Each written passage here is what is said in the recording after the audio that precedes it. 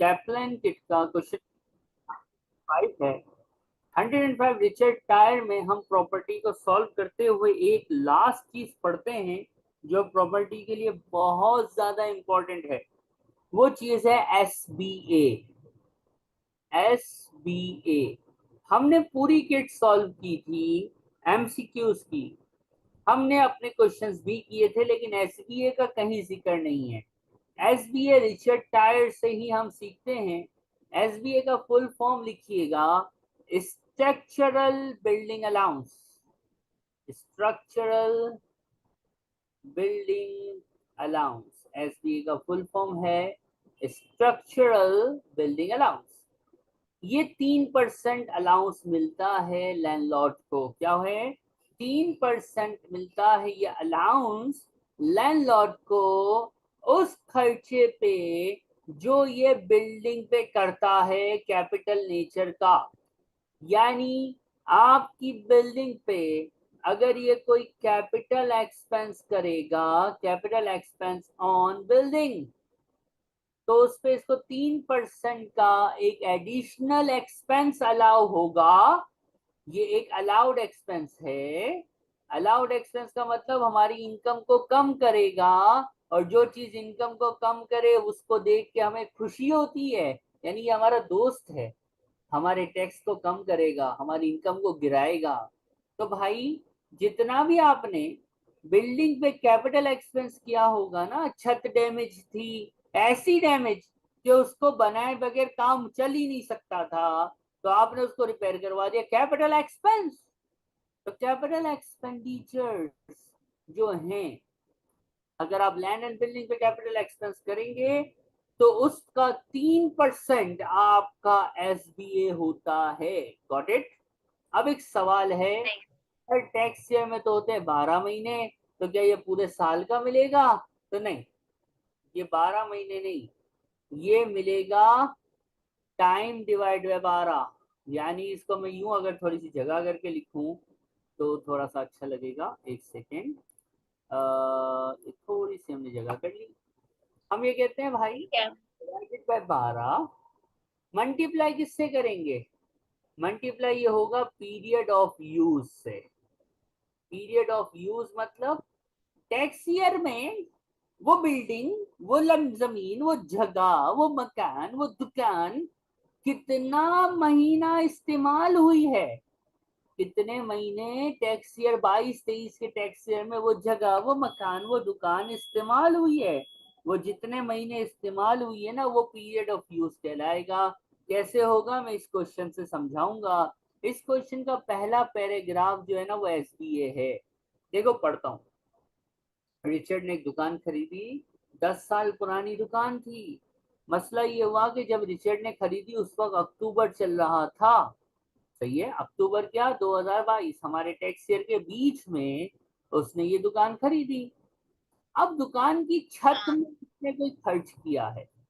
दुकान की छत पे उसने कोई खर्चा किया है। वजह इस खर्चे की ये है कि छत को बनाए बगैर हम उसको इस्तेमाल ही नहीं कर सकते थे, क्योंकि ये छत ऐसी टूटी हुई थी कि उम्मीद थी कि ये गिर जाती और हम मर जाते। ये लिखा हुआ है ना, नॉट यूजेबल। नॉट यूजेबल का मतलब तबाह हाल छत थी। तो क्या ये जो आपने खर्चा किया 8,400, क्या ये कैपिटल एक्सपेंस की डेफिनेशन यानी इंप्रूवमेंट ला रहा है, अनयूजेबल आइटम को यूजेबल बना रहा है? क्या ये 8,400 constitute as a capital expense or no? जी। Is it capital expense or no? जब भी वैसे। कैपिटल एक्सपेंस होगा आपकी प्रॉपर्टी पे, दुकान मकान पे, तो आपको एसबीए मिलता है कितने परसेंट जी? 3%। और इसका पीरियड कैसे निकालते हैं ये जरा गौर से देख लेना। ये है मेरा प्यारा सा टैक्स ईयर, 6/4/2022 से 5/4/2023। सवाल ये है, मैंने खरीदी कब है? अक्टूबर में। फिर मैंने छत कब तक बनवाई?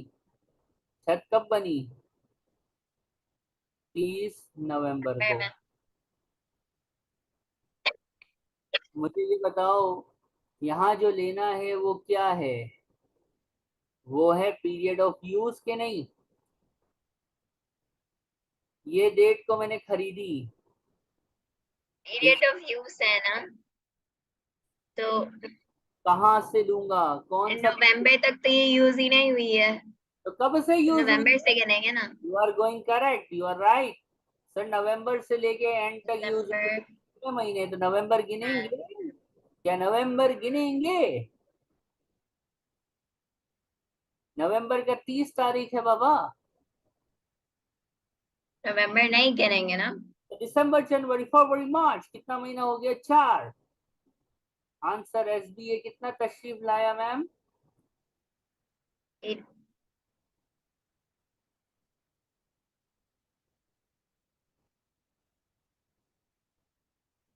84। जो भी आया मैं लिखता हूँ अभी। ये मैं फॉर्मेट सिर्फ लिख दिया मैंने, आप जब तक कैलकुलेटर यूज कर रहे थे। आंसर आ गया, कुछ भी आ गया। 84 आ गया तो 84 आ गया, कोई मसले वाली बात नहीं है। अब देखो ये 84 एसबीए है ना। अलाउड एक्सपेंस जब भी लिखोगे उसमें एसबीए लिख दोगे, इसकी वर्किंग का रेफरेंस दे दोगे और कितना माइनस कर दोगे? 84। You got my point. सही। अब हम क्वेश्चन पढ़ते हैं और जो तरीका है एनुअल रेंट का और फलाना और ढिमकाना वो हम सॉल्व करते हैं। 1 December the property was letted to the tenant. Premium मिला है 12,000। 30 साल का लीज ग्रांट हुआ था। प्रीमियम निकालने का तरीका है कार आपको याद होगा। 51 minus duration of lease divided by 50 into premium का अमाउंट जो कि दिया हुआ है 12,000। क्या आंसर तशरीफ लाता है? ओके, 5040। किराए पे कब दी मेरे दोस्त? दिसंबर में। तो दिसंबर, जनवरी, फरवरी बन गई कब? इस्तेमाल में आना शुरू हो गई, रेडी हो गई है वो 1 दिसंबर को। और 1 दिसंबर को ही हमने किराए पे दे दी। कितने महीने के लिए किराए पे दी है भाई?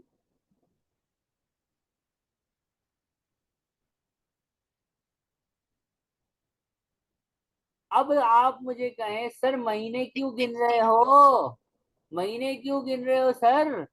बाय डिफॉल्ट आपने ही तो पढ़ाया है हमें कि रिसिप्ट बेसिस होती है, अक्रूवल नहीं होती। तो महीने क्यों गिन रहे हो? बस ये देखो पैसा कितना मिला। अच्छा भाई, जो आप कहें वो सही है। 1 महीने का किराया ये है और देखो क्या लिखा हुआ है, 5 किराए मिले हैं इसको। अक्रूवल तो चलानी ही नहीं है ना जब तक एग्जामिनर बोलेगा नहीं। कैश बेसिस पैसा कितना मिला वो लिख लो।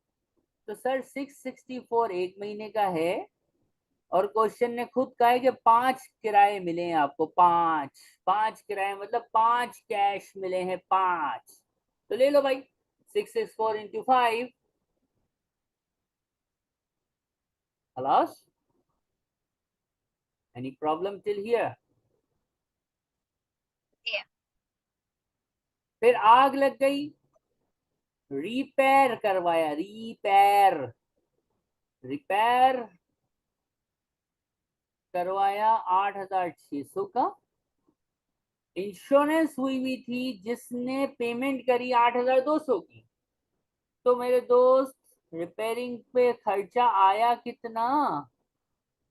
लैंडलॉर्ड पे करे। एक्सपेंस की डेफिनेशन क्या थी? टैक्स ईयर में हो लैंडलॉर्ड पे करे, रेवेन्यू एक्सपेंस हो। Repair is a revenue expense. Landlord पे करे। क्या 8,600 पूरा लैंडलॉर्ड ने पे करा है कि कितना करा है? भाई 8,600 उसने पे किया था। 400। 8,200 उसको इंश्योरेंस वालों ने वापसी कर दिया। तो इसकी जेब शरीफ से कितना निकला? हाँ, इसके पास से कितना गया? 400 एक्सपेंस है खलास। और पेमेंट 400। हाँ, इंश्योरेंस की पेमेंट एक्सपेंस भी कैश बेसिस पे होते हैं जब तक अक्रूवल बेसिस का फरमान एग्जामिनर जारी ना फरमाए। 501 रुपए की इंश्योरेंस पे की है, हमने 501 लिख दिया। और ये आपका प्रॉपर्टी इनकम का CRQ। Richard Thayer कंप्लीट होता है. Any questions, any तकलीफ, any problem, tell me, otherwise note it down please.